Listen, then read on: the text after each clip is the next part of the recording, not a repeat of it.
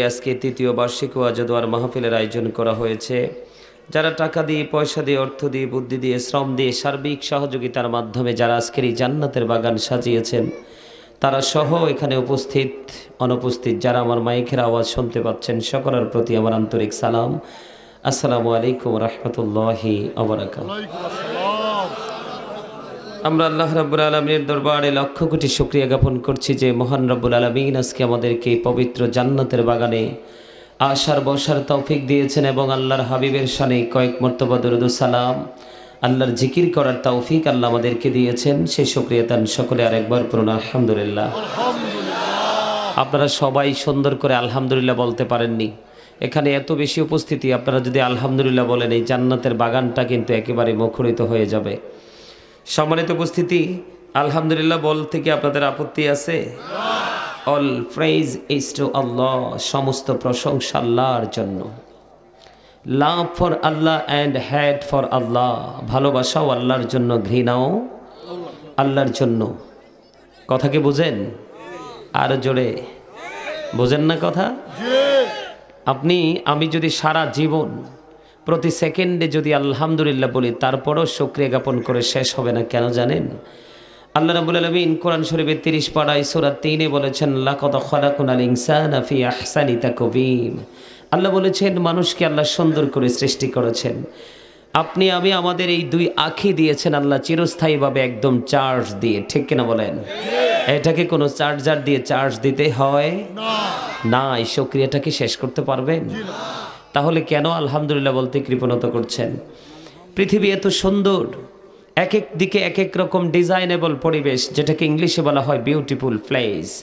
আপনি যখন এই পৃথিবী সুন্দর দেখে যখন পৃথিবীকে বলবেন জমিন তুমি তো অনেক সুন্দর, কিন্তু জমিন পাল্টা জবাব দিয়ে দিবে, নো, আমার চাইতে তোমরা বেশি সুন্দর। আমার চাইতে তোমরা বেশি সুন্দর কেন? কারণ আমার জন্ম হয়েছে তোমাদের জন্য। আর জোরে বলেন না সুবহানাল্লাহ। সম্মানিত উপস্থিতি, আমার আলোচনা শুনতে হলে গভীরভাবে মনোযোগ রাখতে হবে। আমি সবাইকে বলবো এটা জান্নাতের বাগান। আলোচনা শুনতে হলে সবাইকে সাইলেন্ট মোডে থাকতে হবে। Stop your mouth everybody. সকলের জবানকে বন্ধ রাখতে হবে। সেকেন্ড কন্ডিশন হলো you listening my lecture very attentively. সবাইকে আমার কথা মন দিয়ে শুনতে হবে, অন্যথায় I say go to your seat, out of sight. আপনি ভালো না লাগলে আপনার বাড়িতে চলে যাবেন, কিন্তু এখানে ডিস্টার্ব। কথা বুঝে আসছে? কারণ আপনার আমার চামড়াটা আসল না। আপনার আমার চামড়াটা কি? এই যে দেখছেন ভদ্রলোক, আমাকে দেখছেন, এখানে দেখছেন, ওখানে দেখছেন, আপনারা আছেন, আমাদের যে বডি স্ট্রাকচারটা এটা কিন্তু আসল নয়। এটাকে আল্লাহ কখনো বলেছেন আইয়ুহান নাস, আবার কখনো বলেছেন আইয়ুহান নাস, কখনো বলেছেন আইয়ুহাল ইনসান। বাংলাতে আমরা বলি মানুষ, ইংলিশে কখনো বলা হয় ম্যান, আবার কখনো বলা হয় পার্সন, তাই না? ওমা জিদি বলে না? আপনাদের এই মাঠের যে উর্বর শক্তি, মাঠের যে শক্তি, এটা কি কমে গেছে? 2021 সালে তো আপনাদেরকে অনেক এনার্জি দেখছিলাম। এখন কি এনার্জি বডি থেকে মাইনাস হয়ে গেছে? হ্যাঁ, তাহলে জি বলতে পারেন না। সম্মানিত উপস্থিতি, এটা হলো কি বডিটার নাম। কোনটার নাম? এই বডির ভিতরে, দেহের ভিতর কিন্তু একটা পাখি আছে। সেটাকে আল্লাহর কোরআনের ভাষায় আল্লাহ বলেছেন রূহ।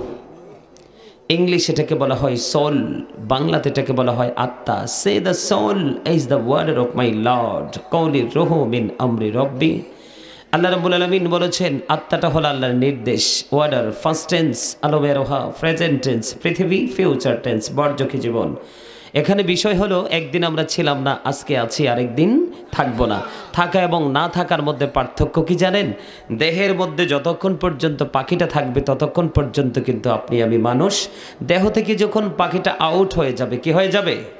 আউট হয়ে যাবে, তখন কিন্তু I am a dead, you are dead. আপনি আমি আমরা সবাই মৃত, ঠিক না? মনে রাখতে হবে অল ম্যান উইল ডাই, সকল মানুষকে মরতে হবে। আর আল্লাহ কোরআনে বলেছেন কুল্লু নাফসিন যায়িকাতুল মাউত, যার প্রাণ আছে তাকেই মৃত্যুর স্বাদ গ্রহণ করতে হবে। এই আমার দিকে তাকান, মনটাকে এখানে রাখতে হবে। তাহলে এখান থেকে কি বোঝা যায়? মানুষের বডি আসল না আত্মা? এখানে আপনার বডিও থাকতে হবে, আত্মাও বডি আছে, আত্মা কিন্তু বাড়ি বাড়ি আশেপাশে ঘোরাফেরা করছে, বসা দিয়ে আপনার কোনো সফলতা আসবে না। কারণ মানুষের মানসিকতাই হলো আসল। মানুষের মনের গতি যেই দিকে তার দেহ অটো সেই দিকে চলে যায়, ঠিক না? মানুষ মৃত্যু থেকে বাঁচার জন্য কত চেষ্টা করে, দেশ থেকে দেশান্তর, দেশ থেকে বিদেশ, কত দেশ পাড়ি দিয়ে নিজের সঞ্চয়, বাবার সঞ্চয় সব শেষ করে দেয় শুধু বেঁচে থাকার জন্য। কিন্তু আদৌ কি বেঁচে থাকা সম্ভব? মানুষ মৃত্যু থেকে বাঁচার কত চেষ্টা করে, কিন্তু চাইলেও বাঁচা সম্ভব নয়। কিন্তু মানুষ চাইলে জাহান্নাম থেকে বাঁচতে পারে, কিন্তু বাঁচার চেষ্টা করে না। তাহলে আমরা কি বুদ্ধিমান নাকি বুদ্ধিহীন? আমরা কি সেন্স এবিলিটি সম্পূর্ণ পারসন না senseless person? Senseless. You are great everybody. Absolutely right answer. তো চমৎকারভাবে উত্তর দিয়েছেন। সম্মানিত উপস্থিতি, বিবেক হলো আল্লাহর দেওয়া এক নূর। বর্তমান সময়ে আবেগী হয়ে চলার একটা মুহূর্ত সময় নেই। এখন শুধু বিচারক হয়ে চলতে হবে। কি হয়ে? অত্যন্ত সচেতনতা অবলম্বন করে প্রতিটা মুহূর্ত চলতে হবে। কারণ বর্তমান পরিস্থিতি এমন এক মুহূর্ত আমাদের সামনে এসে দাঁড়িয়েছে, আপনার ঈমান এবং আমল দুটাই ধ্বংসের পথে। আপনার আমার ঈমান এবং আমল দুটোই কি ধ্বংসের পথে। ধ্বংসস্তূপ থেকে আমাদেরকে বাঁচতে হলে যারা ধ্বংসস্তূপ থেকে বেঁচেছে আমাদের তাদেরকে ফলো করতে হবে। কি করতে হবে? তাদেরকে ফলো করতে হবে। এটা আমার ওয়াজ নয়। আল্লাহ বলেছেন ওয়াবতাগু ইলাইহিল ওসিলা, আমাকে পাওয়ার জন্য তোমরা উসিলা তালাশ করো গো আল্লাহ। উসিলাটা কি? আল্লাহ বলেছেন অকৌনু মা সাদিকিন, ট্রুথফুল ম্যান। এখানে এই সাদিকিনের ব্যাখ্যা করতে গিয়ে তাফসিরে রুহুল বায়ান এসেছে, তাফসিরে মাঝহারিতে এসেছে, তাফসিরে কদ্রির মধ্যে এসেছে। শাইখ ইসমাইল হাক্কি রাদিয়াল্লাহু তাআলা আনহু তিনি বলেছেন হক্কানি আলেম এবং হক্কানি আল্লাহর ওলিরা। জোরে জোরে সুবহানাল্লাহ। বাংলাদেশে কি কোনো নবী এসেছিল? ইসলাম আমরা কার মাধ্যমে পেয়েছি? আল্লাহর ওলিদের মাধ্যমে। এই জন্য আল্লাহ বলেছেন join with my dear people, come to my paradise. Allah বলেছেন ফাদখুলি ফি ইবাদি ওয়াদখুলি জান্নাতে। আল্লাহ বলেছেন তোমরা আমার প্রিয় লোকেদের সাথে যুক্ত হও আর আমার জান্নাতে চলে আসো। জান্নাতে যাওয়ার এর চেয়ে বড় দলিল আর কি কিছু প্রয়োজন আছে? আর জোরে বলেন আছে? বলো হুজুর জান্নাতে গেলে আমরা কি পাবো? আল্লাহ জানিয়ে দিয়েছেন ইনদা রাব্বিহিম ইউরযাকুন, দে রিসিভ ফুড ফ্রম আল্লাহ। আল্লাহওয়ালা লোক যারা কবরে যাবে তাদের জন্য কিন্তু আল্লাহ জান্নাত থেকে খাবার পাঠিয়ে দিবে, আর জান্নাতীরা সেই খাবার রিসিভ করবে। আর জোরে বলেন না সুবহানাল্লাহ। একটু মহব্বতে শোনেন, কোন দিকে আলোচনা করব? যেখানে যাই সেখানেই সমস্ত অঙ্গে কিন্তু আমাদের অসুখ। মেডিসিনটা কোথায় মেসেজ করে দিব? আসলে কি বলেন ঠিক বলছি না? আমরা পরিপূর্ণভাবে মুসলমানিত্ব থেকে আউটসাইডে চলে গেছি। বলে হুজুর কেমন? সেই কেমনটা যদি বলতে হয়, আমার নবীর শিক্ষা হলো মুসলমান হোক, পরিচিত হোক, অপরিচিত হোক, দেখা মাত্র তাকে সালাম দিয়ে দিবা। আজকে কি সালাম আছে? অসুস্থ হলে তাকে দেখতে যাবে, আছে সেটা? কথা বলেন। কেউ বিপদে পড়লে যখন তোমাকে স্মরণ করবে তুমি তার ডাকে সাড়া দিবা, আজকে আছে সেটা? মানুষ মৃত্যুবরণ করলে জানাজায় অংশগ্রহণ করবে, এই ঘরে মরেছে ওই ঘরের তার আনন্দ উল্লাস করে না? যায় জানাজায় যায়। সম্মানিত উপস্থিতি, সূরা আরাফের 26 নম্বর আয়াতের শেষ অংশে আল্লাহ চমৎকারভাবে পোশাক নিয়ে আলোচনা করেছে। ম্যাক্সিমাম যুবকরা এখন ইসলাম বিরোধী পোশাক পরে, যেটা উপর দিয়েও নাবির নিচে, নিচে দিয়েও নাবির টাকনোর নিচে। ইসলাম কি আছে? মা বাবার সাথে উত্তম আচরণ করার কথা বলেছেন আল্লাহ এবং আল্লাহ রাসূল, কোরআন হাদিস দুটো দিয়ে প্রমাণিত। আজকের সন্তানরা কি পিতামাতার সাথে ভালো আচরণ করে? এমনি করে করে আপনারা আপনাদের বিবেক দিয়ে প্রত্যেকটা অপশন আপনারা অবজারভেশন করেন, দেখবেন আমরা একেবারে ইসলাম থেকে দূরে সরে গেছি। তার কারণ কি জানেন? তার কারণ হলো রাসূল প্রেম না থাকার কারণে। বলে হুজুর আপনি আল্লাহর কথা বললেন না কেন? এই কারণে বলিনি, কারণ আল্লাহ রাব্বুল আলামিন তো গায়েব। আমরা কি আল্লাহকে কেউ দেখছি? দেখার সামর্থ্য আছে? মাশাআল্লাহ, যেই নামাজ পড়ি, যে ডিজিটাল নামাজ, সারা জীবন নামাজ পড়ে পড়ে কপাল ক্ষয় করে ফেললেও আল্লাহর দিদার মিলবে না। কথা বলেন না কেন? না বলছি মসজিদের উপস্থিতি সবার পরে, আবার বের হওয়াটা সবার আগে।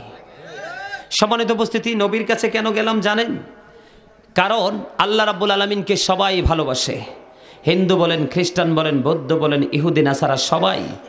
কেউ ভগবান বলে, কেউ গড বলে না? আর জোরে আমি আপনাদেরকে একটু বুঝাইতে চাই। আজকে আপনাদের সামনে একটু ঈমান নিয়ে আলোচনা করব, শুনবেন? আরো জোরে। হক কথা বললে তো অনেকে রাগ করবেন, তখন কি করব? কথা বলেন না কেন? রাসূল বলছে আল হাক্কু মুররুন, হক কথা তিতা। কি হক কথা? কি তিতা। কিন্তু আল্লাহ কি বলছে শুনবেন? আল্লাহ বলছে ওয়াকুলু কাউলান সাদীদা। আল্লাহ বলেছেন সে দ্য রাইট থিং, সত্য কথা বলো, সঠিক কথা। এই সত্য কথা কে বলেছিলেন? আপনার আমার নবী সরকারে মদিনা, ঠিক না বলেন? হযরত মুহাম্মদ সাল্লাল্লাহু আলাইহি সাল্লাম was born in a rough country. His father's name was Abdullah. His mother's name was Amina. His father had died before he was born. He lost his mother in his childhood. He was very truthful. জোরে জোরে সুবহানাল্লাহ। সুবহানাল্লাহ বলতে পারেন না? আর জোরে। আচ্ছা, আমি একটা কথা বলবো।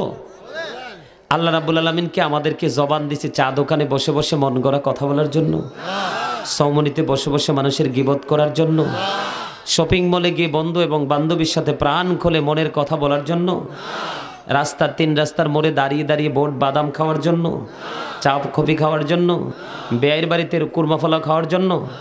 তো মুখ ছাড়া কি দিয়ে খাইবেন? মুখটা ছাড়া কি দিয়ে খাইবেন বলেন? মুখ ছাড়া কি সম্ভব?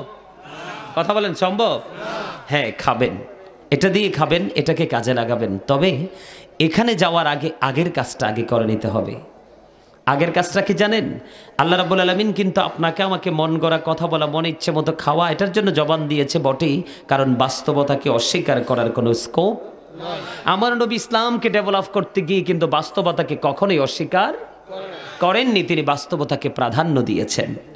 সুবহানাল্লাহ বলেন আর জোরে, আর একটু মহব্বতে। আপনি আমল করতে গিয়ে বাস্তবতাকে অস্বীকার করতে পারবেন না। বন্ধুরে আমার,